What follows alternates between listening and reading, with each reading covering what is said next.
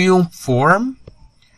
So, ganun din, lagay natin yung name of learner, yung community learning center, ano yung level, and then yung pangalan nung teacher. Okay? So, this time, ganun pa rin naman, ano pa rin natin, ang ating estudyante dito ay nasa advanced elementary. Diba? Tapos, ang sabi niya dito, write your learning goals, learning activities, or strategies in order to attain these goals and the timeline. So, yun ang gagawin nyo ha. Susulat nyo daw yung inyong mga learning goals, okay? And then, yung inyong mga learning activities. Ito yun. At saka yung timeline. Kasanayang gustong matutunan. Tapos, yung mga pamamaraan kung paano nyo matututunan yung mga nandito sa learning goals. And then, yung timeline. Kailan nyo to gustong matutunan. Okay. Now, question. Ma'am, saan po kami kukuha ng aming ilalagay dito sa learning goals? Yan. Very good question. Naalala nyo meron kayong sinagutan nung nakaraan na learner's checklist of competencies. Ito yun. Diniscuss ko na rin ito sa video, di ba? Tapos, ito yung ALS RPL Form 4. Okay? Saan kayo kukuha ngayon ng ilalagay nyo dito sa form? Dito po, sa ating learner's checklist of competencies. Dito po tayo kukuha sa mga competencies o sa mga kakayahan. Okay? Or kasanayan. Ito yun. Listening, note important. So, nabanggit ko na rin naman sa inyo last time na yung learner's checklist of competencies kaya yan marami, dahil kumpleto na yan mula learning strand 1 hanggang learning strand 6. Okay? So, titingin kayo dito sa competencies at saka titingin kayo dito sa learning goals. Okay? Yung mga chinikan ninyo. So, na-discuss ko na doon, di ba? Pag letter A, kaya mong gawin. Letter B ay gusto mo pang matutunan. Kaya mong gawin, pero gusto mo pang matutunan. Yung letter C, gusto mo talagang matutunan yon kung paano gawin. And then yung letter D, ay gusto mo siyang matutunan, pero hindi pa sa ngayon. Okay? So, tingnan nyo itong dalawang nilagyan ko ng mark ha. Dito kayo titingin sa competencies at saka dito sa learning goals. So, ito yung sinagutan natin sa nakaraang video. So, may check yan, di ba? Nag-check siya ng letter A, may mga competencies na check niya ng letter B, may letter C at letter D. So, ang sabi dito sa individual learning agreement, ang kukunin nating competencies ay yung mga gusto mo at dapat mong malaman. Okay? Gusto mong malaman, gusto mong matutunan, at saka yung dapat mong matutunan base sa sasabihin ni teacher. Okay? Yan. So, dito tayo titingin ha, sa letter B at saka sa letter C. Okay. So, lahat ng competencies na chinikan ninyo sa letter B at letter C ay yun ang ilalagay ninyo sa ating individual learning agreement. Okay? So, sample. Ano tong una? Dito, nag-check siya dito, letter B. Identify cause and or effect of events or relationships. Ayan. So, chinikan niya yan sa letter B. Ililipat natin ngayon yan dito sa individual learning agreement. O, tingnan ninyo. Kung ano yung pagkakasulat dito na competency, yun lang yung nilagay niya rin dito. Okay? Nakalagay siya sa B. Yung competency, inilipat lang sa ating individual learning agreement. Okay? Next. Yan, meron pa tayo na sa letter C. So, ano yun? Relate stories, events to one's experience. So, kokopyahin lang natin to. Ilalagay natin siya ngayon dito sa ating individual learning agreement. Okay? Meron pa. Ano yun? Ayan, nasa letter C din siya. Infer or determine the speaker's characters, purpose, and feelings expressed in the narrative text listen to. Ayan. So, ililipat lang ulit din natin siya dito sa ating individual learning agreement. Meron pa ba tayong nakikita rito? Meron pa. Yung huli. Nasa letter B. Okay? So, gusto niya matutunan ito. Okay? Alam niya na, kaya niya nang gawin, pero gusto niya pang matuto. Okay? So, and ano yung competency?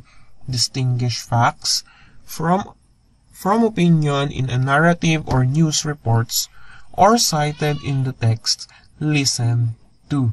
So, ililipat lang ulit din natin yan dito sa ating individual learning agreement. Okay? Ma'am, paano yan? Unang page pa lang yan, ang dami ko nang nilagay sa aking individual learning agreement. Okay lang po yun. Okay? Kung kinakailangan na mag-prepare ka ng maraming individual learning agreement na ganitong form, okay? Kailangan mong gawin. Okay? Kung wala ka namang pang-photocopy or pang-print ng form na to, pwede naman gumamit ng isang big notebook para lang sa iyong individual learning agreement. Kung walang big notebook, pwede naman sa yung regular na notebook lang. 'Di ba? Mas maganda nga 'yun kasi siya, intact siya lahat, hindi mawawala. 'Di ba? Parang diary mo 'yon. 'Yun yung magiging diary mo ng mga competencies or mga kasanayan na gusto mong matutunan. Doon nakalista. Parang yun yung magiging to-do list o listahan mo ng mga gagawin mo. O, 'di ba? Kung wala ka pang pa-photocopy okay lang din naman yun. Depende sa agreement or sa instruction ni teacher. Okay? Ayan. So, balik tayo Kumuha na tayo ng learning goals doon sa ating ALS RPL Form 4. So, nakuha na natin yung mga nasa letter B at letter C. Ayan. So, anong susunod natin gagawin? Lilista naman natin kung ano yung mga learning activities or end strategies or yung mga pamamaraan sa pagkatuto. Okay? Lagi mong tatanungin ang sarili mo, itong mga kasanayang to o itong mga learning goals na to ay paano ko ito matututunan? Ano ang gagawin ko para matutunan ko itong mga nandito sa learning goals? Okay? So, yun yung itatanong mo sa sarili mo. Okay. Ano yung mga pwedeng isagot dito? Read the module about. So, yun. Ang binibigay ko sa inyo ay sample lang naman ito. Okay? Hindi ibig sabihin na kung ano yung binigay ko rito, ayun na yung susundin ninyo. Okay po? So, halimbawa ito, ang mga pwedeng ilagay niya dito ay sa learning activities or strategies na or yung pamamaraan niya. Okay? Para matutunan niya yung mga nandito ay read the module about. So, kailangan specify nyo kung ano yung module. Kasi may mga competencies tayo dito na merong katumbas na module o matututunan nyo yun sa mga modules. Okay? Yung module mismo, yun na yung magtuturo sa inyo. Self-learning din yung mga modules sa ALS, diba? Okay. And then, ano pa yung pwedeng isagot dito? Read the story of. Sasabihin nyo dito kung ano yung story, kaninong istorya on page. Ayan. So, pwede rin kayo magbanggit dito ng page number nung libro or module na pinagkuhanan ng story. Kasi ang competency nyo dito, relate story events. Diba? I-relate mo daw yung experience mo sa istorya. So, kailangan, kung babasahin mo yan, magre-read ka na, magbabasa ka na storya. Kung pakikinggan mo naman yan, maibibigay naman sa yung instruction dyan. Ayan. O kaya naman, pwedeng isagot dito, answer the activity sheets on, in. Ano yung title ng activity sheet? O kaya, anong nilalaman ng activity sheet? Answer the activity sheets about. Isulat niyo yung title about listening. Yun. So, kung ano yung title nun. Okay? O kaya, watch the video on. Ayan. Anong pangalan ng video? Anong channel? So, yun. Yung pwede nyong ilagay dito yon. And then, search for So halimbawa magsa-search kayo sa Google, search for, ilagay nyo rin, paki-indicate dito kung ano yung isi-search nyo mismo. Diba?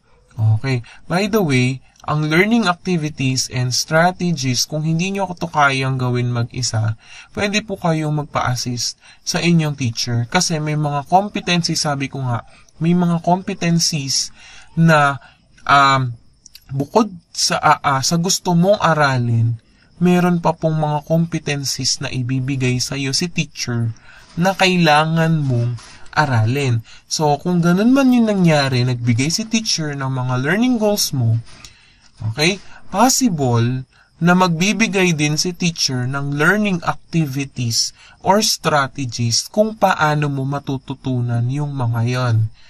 Okay?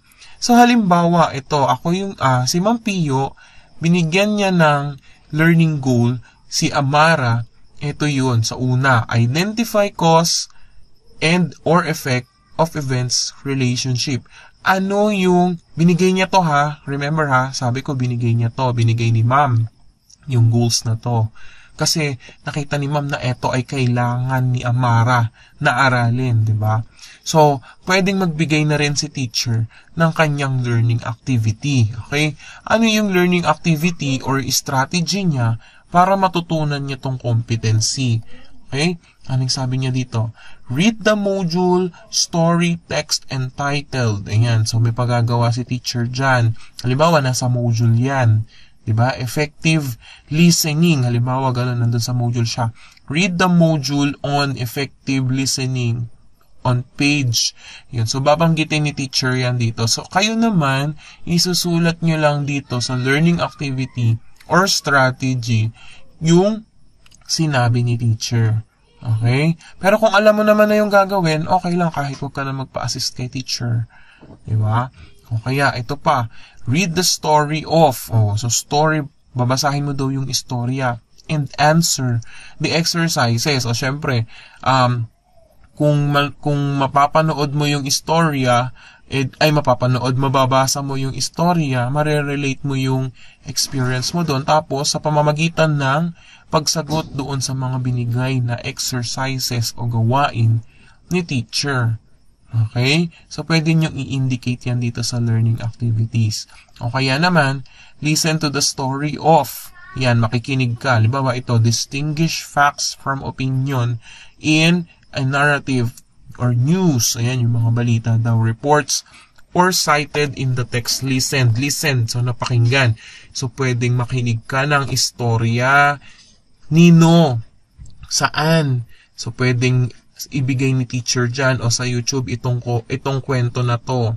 O kaya, may mga may mga radio-based instruction na RBI materials tayo na kung saan makikinig ka lang. Okay, ng mga istorya. Okay, may lessons na rin yun, diba? So, pwede niyang isama dito yon. Okay? Tapos, pakikinggan mo lang siya and then magbibigay siya ng questions or magbibigay siya ng activities or guide questions nga or exercises tungkol doon sa binigay niya sa yung activity. Okay?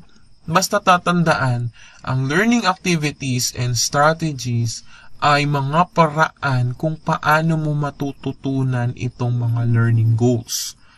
Okay? Pwedeng ikaw ang maglagay ng learning activity or strategy mo kung paano mo aaralin yung mga goals. Pwede rin naman na si teacher ang magbibigay ng learning goals base doon sa RPL4 o doon sa checklist. Okay? At siya rin ang magbibigay ng learning activities and strategies para matutunan mo yung mga binigay niya rin na learning goals. Okay? Pwede rin naman na ikaw ang pumili ng learning goals doon sa letter B at letter C, pero si teacher ang magbibigay ng learning activities and strategies. Okay? So, ano ang pinupunto ko dito? Importante na makipag-ugnayan kayo sa inyong teacher kung paano ninyo i-accomplish itong individual learning agreement. Okay? Ginawa ko tong video para hindi pa ulit-ulit kung paano sasagutin ang individual learning agreement. Para kapag ka nagtanong ka kay teacher, eto na lang ang tatanungin mo sa kanya. Kung ano ba, kung may maibibigay ba siya na learning activity or meron ba siya exercises na ibibigay para matutunan mo yung learning goals na yan. So, yun na lang. Okay? So, pareho kayo na gumaan yung oras ninyo. Okay? And then next, yung timeline. So, usually, ang individual learning agreement ay ina-accomplish siya. Dati, isang beses lang.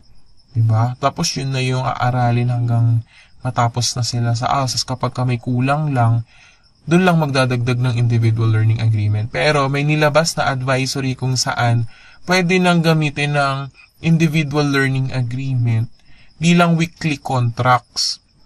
Diba? So, pwede nating i-accomplish itong individual learning agreement weekly. Okay?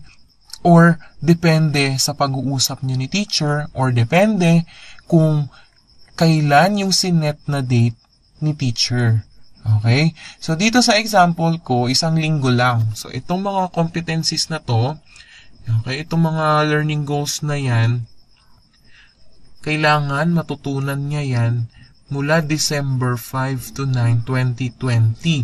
So, December 5 to 9 ay 5 days. Okay, advanced elementary yan. So, ibig sabihin medyo may alam na yan, di ba? Kaya na. Pero kung hindi naman kaya, sabi ko nga pwedeng weekly. Di ba 7 days yun? So, pwedeng extend. Pwedeng December 5 to 11, 2020. Okay? Tapos, sabi ko nga ulit din, depende rin sa agreement ninyo ni teacher, depende rin sa isi-set na date ni teacher. So, halimbawa, sinabi ni teacher na, sa December 19 yan, ipapasa. O, kailan nyo yan ginawa? December 5. So, kailan nyo yan ipapasa?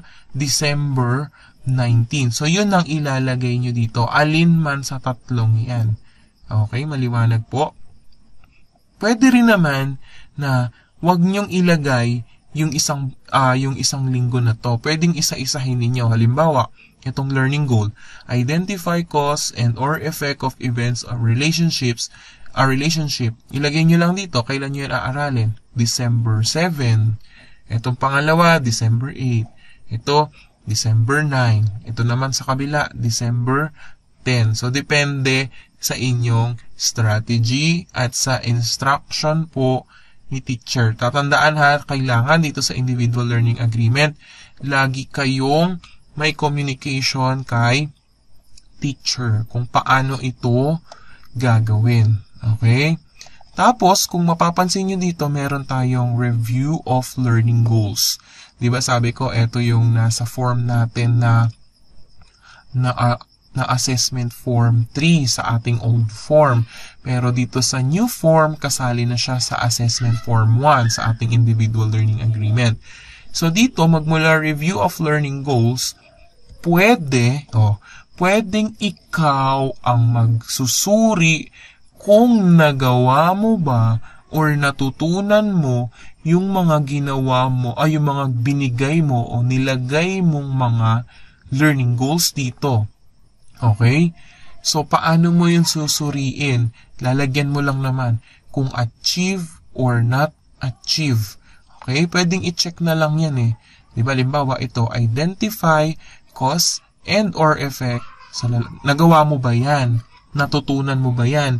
Natapos mo ba? Nagawa mo yung learning activity and strategy na binigay sa'yo or sinabi mo para matutunan mo to? Nasunod mo ba siya sa timeline na binigay mo? Kung nagawa mo yan, checkan mo yung achieve. Diba? So, ganun lang siya. Okay? Pero, pwede rin naman na si teacher na ang mag-a-accomplish nitong part na to. Itong review of learning goals, pati yung ALS, dito lang sa review of learning goals. Kasi dito sa ALS Teacher's Advice, si teacher talaga ang gagawa niyan. Wala kayong ilalagay dito. Okay? Dito lang sa review of learning goals, pwedeng si teacher na rin ang maglagay dyan. Siyempre, as part of monitoring na din para malaman din niya kung ikaw ba sumunod ka doon sa sinabi mo na ito yung aaralin mo, ganito yung gagawin mo, ganitong araw mo siya o ganitong petsa mo siya gagawin. O, diba? So, malalaman ngayon ni teacher kung sumunod ka sa mga sinabi mo, diba? Kung ginawa mo yung mga ipinangako mong gagawin mo. Diba? So, yun. Ulitin ko ha. Yung review of learning goal dito, pwedeng ikaw ang mag-accomplish. Okay? Pwede rin naman na si teacher ang mag-a-accomplish. Okay? Pero dito sa review of learning goals, hahanapan namin kayo ng ebidensya nyo dyan. So, halimbawa, ito, identify cause and effect. Sabi dyan, read the module. Tapos dun sa module na yun ay may exercise. O kaya meron siyang activity. Siyempre, anong pruweba mo na nagawa mo tong learning goal? Diba? So, kung nagawa mo siya, na-achieve mo, natutunan mo, lalagyan mo ng check, ang tanong, nasaan ang ebidensya? Diba? So, yun. So, ako bilang teacher, tatanungin ko rin si learner, asan yung ebidensya mo dito sa inaral mo? So, kailangan ipakita niya pa rin sa akin dito. Okay? So, kailangan, mag-uusap or makikipag-usap, palaging magpa-follow up sa teacher. Okay? Yun. Tapos, ito, date of review, kailan ni-review? Yan. So, December 5 to 9. So, halimbawa, pina-check mo na yan kay teacher. Tapos, nakuha niya na pala yan, na-check niya na, naipakita mo na yung ebidensya mo. So, na-check lang yon, na-review na ito, na nagawa mo nga, nandun yung score mo, nandun yung activity mo, na-check niya to nung December 10. O, diba? Mabilis mag-check sa teacher. December 9 mo pinasa, tapos chinek niya kaagad. O, pwedeng December 9, pwedeng December 10. Yun yung ilalagay niya dito. Kaya nga ini-encourage nga, diba, na once a month na pinapacheck yung mga forms. Okay? Pero depende rin yun sa inyong pag-uusap. Pwede rin na weekly yan. O, so, i-prepare nyo na yung sarili ninyo, ha? Baka hanapan kayo weekly ng individual learning agreement. Ako sa mga learners ko, hinahanapan ko sila ng weekly individual learning agreement para talagang ma-monitor ko kung nag-aaral ba o hindi. Diba? Lalo na ngayon, wala pang face-to-face. Yan. So, dito sa ALS Teacher's Advice, so si teacher na yung maglalagay dyan. So, pabayaan nyo lang dyan.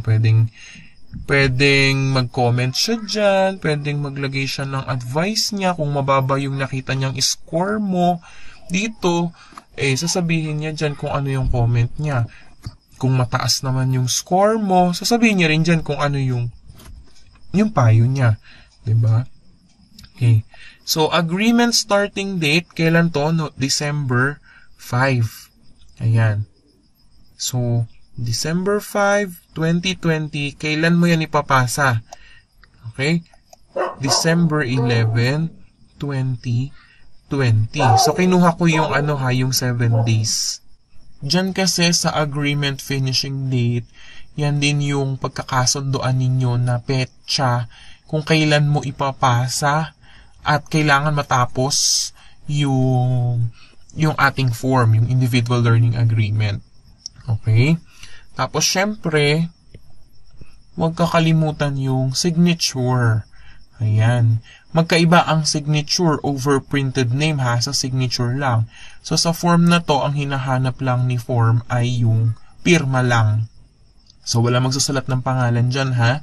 Okay. And then, bahala na si teacher na maglagay ng kanyang signature dito sa side. Yeah? Paano ang mga competencies na nasa learning goal D? Ayan, tingnan nyo yung ating competencies. Diba, sabi ko kanina, meron tayo dito sa letter A, meron sa B, meron sa C, at meron sa D. Okay?